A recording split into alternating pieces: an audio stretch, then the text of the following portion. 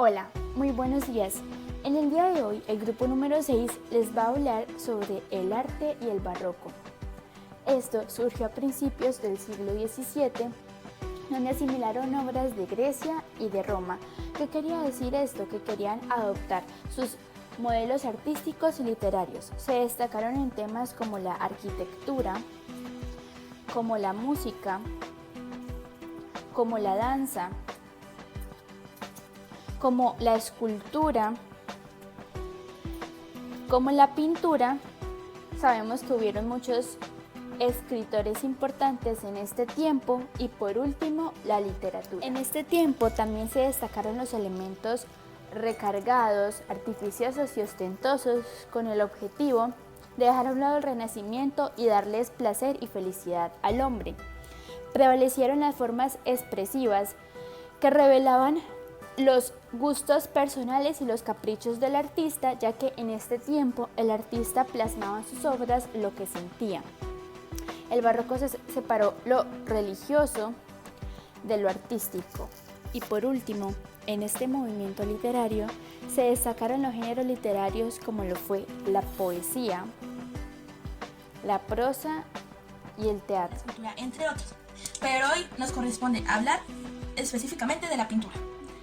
La pintura barroca reflejó la importancia de la religión en los países católicos, así como se caracterizó por el realismo en sus obras.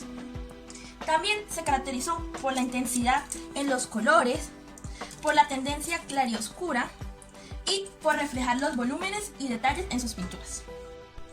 Podemos ver que en los diferentes países la pintura barroca se expresó de diferentes maneras. Es el caso de la pintura italiana, donde podemos ver a su principal exponente Caravaggio, quien buscó retratar temas cotidianos mediante efectos de luz y claroscuros, dándole una perspectiva un tanto oscura. Su principal obra, o una de las principales, es la Crucifixión de San Pedro, donde podemos ver claramente el uso de claroscuros y los temas religiosos en sus pinturas. También vemos el caso de la pintura flamenca. De ahí salieron dos grandes escuelas, una en Holanda y otra en Alemania. Vemos el caso de Alemania, cuyo principal exponente fue el pintor Rubens, quien hizo la famosa pintura de la elevación de la cruz. Asimismo, vemos como en Holanda, su principal exponente fue Rembrandt, con una de las más famosas obras que fue el Rapto de Europa, viendo así que uno de los temas de la pintura barroca también es la mitología griega. Y finalizamos con la pintura barroca española, cuyas principales características fue el realismo en sus cuadros, así como la grandeza de estos, la complejidad con mucho movimiento y los múltiples focos de luz. Como exponente tenemos a León Eduardo Garrido, con su principal obra, la cual fue El Galán de Sarao, y el caso más conocido de barroco español es el caso del pintor Velázquez, con su obra más conocida y que muchos conoceremos, el cuadro de Las Meninas. Y ahora hablaremos de una de las tendencias literarias del barroco, el cual fue el preciosismo francés. Este fue una tendencia literaria que surgió en Francia en la primera mitad del siglo XVII, además de ser un movimiento social y cultural de naturaleza barroca seguida del clasicismo francés. Este buscaba un perfeccionamiento de la lengua francesa y una depuración hasta la mínima expresión. Además buscaba que fueran palabras hermosas y llenas de decoraciones, alejándose del lenguaje vulgar que estaba presente en esa época. Las personas que seguían esta tendencia literaria y este movimiento social fueron llamados las preciosas, que eran en su mayoría mujeres, pero también habían algunos hombres. Estos están caracterizados por el refinamiento de sus modales, costumbres y gustos, y por ser demasiado refinados y personas muy intelectuales. Pero además de ser una tendencia literaria, también es un movimiento social, y se preguntarán ¿por qué? Bueno, porque estos eran salones de intelectuales donde las personas se reunían a depurar y perfeccionar precisamente la lengua francesa. Pero ¿cómo inició? Este movimiento fue introducido por Catalina de Vigan, también conocida como la Marquesa de Rambouillet, quien era parte de la corte del rey Enrique IV y debido a circunstancias de la vida no pudo asistir más y empezó a reunir personas intelectuales en su casa, siendo así la primera salonier o la primera anfitriona quien recibía en su morada a filósofos, escritores, científicos, pintores y demás personalidades de la época. Las preciosas eran estas mujeres refinadas que contribuyeron al refinamiento de la vida social de la vida aristocrática. cuales se educaban a través de estos círculos, ya que en esta época la educación y la ilustración era prohibida para las mujeres, y quienes tenían altos estándares en los hombres, incluyendo la galantería. El éxito de este salón fue tanto que la misma marquesa de Rambouillet construyó un hotel específicamente para esto, siendo conocido el Salón Azul. Esto ocasionó que muchas mujeres empezaran a construir sus propios salones. Es el caso de Madame de Lafayette, que construyó un salón muy conocido, y de Mademoiselle de Scudéry. Por estos salones pasaron todo tipo de intelectuales y de ilustres. Es el caso como del fabulista francés La Fontaine, como el escritor, filósofo y autor de las máximas Rochefoucauld, y Watteau, quien fue uno de los miembros importantes para la escritura del diccionario de la lengua francesa. Asimismo, tenemos uno de los máximos representantes o uno de los máximos ilustres de estos salones, quien fue Richelieu, quien fue un sacerdote quien construyó y fundó la Academia Francesa. Esta academia fue fundada por el antes Richelieu y por un grupo de intelectuales conocidos como los Inmortales, quienes buscaban el perfeccionamiento de la lengua y la pureza de esta, eliminando todas las palabras vulgares que el francés pudiera tener en ese momento y que está vigente hoy en día. Pero estos no fueron los únicos resultados o los únicos exponentes que dejó el preciosismo francés. También tenemos el caso de Claude François de Bagellas, quien fue el escritor de una obra muy importante y un libro muy importante de este movimiento literario, el cual fue Notas sobre el idioma francés y el diccionario de la Academia Francesa. Sin embargo, este movimiento de las preciosas no fue bien recibido por todo el mundo. Se creó un grupo de personas llamados los pedantes, liderados por Molière, o cuyo principal exponente fue Molière, quien estaba en contra de los amaneramientos y de todo este depuración, de todo este refinamiento de las personas, diciendo que las mujeres perturbaban el equilibrio familiar al ilustrarse y que debían volver a los hogares.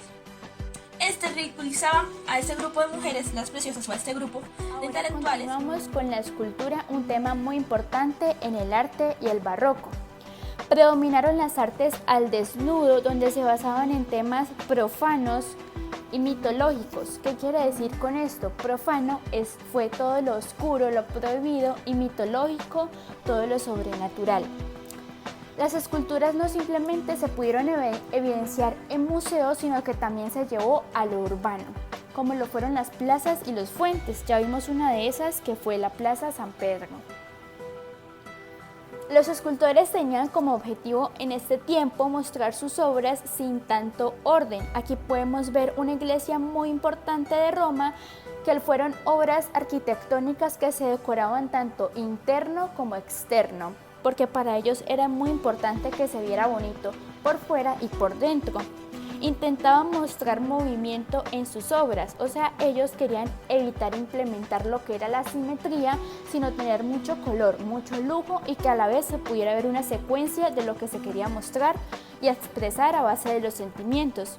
Se emplearon en sus obras y en sus esculturas lo que fue el mármol y el bronce como material principal. Para finalizar con este tema tenemos al gran escultor y famoso Gian Lorenzo Bernini. Él fue el sucesor de Miguel Ángel, que sabemos que fue quien realizó la pintura de la Capilla Sixtina. Este ha hecho esculturas o participó en el proceso de obra de la Plaza de San Pedro, y también en la escultura muy famosa Éxtasis de Santa Teresa, donde al momento de ella ascender al cielo retratan su sentimiento de placer que se refleja en su rostro. Y tenemos este mito que también Gian Lorenzo decidió esculpir, que fue el mito de Apolo y Dafne, donde se ve la persecución de Apolo en Dafne. Para poder finalizar este recorrido sobre el arte y el barroco, es necesario tener en cuenta a los poetas metafísicos, ya que estos abarcaban temas filosóficos y, como su nombre lo dice, metafísicos. Su poesía era de tipo reflexiva y de tipo moral. Con esto buscaban hacer una introspección de lo que hacían para poder catalogarlo como bueno o como lo malo. Trataban temas como el amor y como la muerte. Gracias a todos estos temas surge la necesidad de expresar paradojas sobre la existencia humana. Pero un alto acá. ¿Qué quiere decir una paradoja? Paradoja es la capacidad de contradecir lo que es natural, o sea, las cosas que ya conocemos, la naturaleza de lo que nos rodea. Ellos querían buscar algo para poder contradecirlo acerca de su existencia, el por qué estaban en la faz de la tierra y cuál era su misión en ella. Gracias a estas paradojas que surgieron en el momento, se logra resolver la angustia del existencialismo y la dualidad del hombre. Para esto, lograron capturar a la razón por encima de los sentimientos y gracias a esta misma razón, que la pusieron por encima de todo lo que podían conocer y catalogar como bueno y malo, lograron entender que gracias a la razón y a los pensamientos pudieron llegar a obtener unos sentimientos claros que pudieron expresar a través de sus obras. Muchas gracias, esperamos que les haya gustado esta fantástica exposición.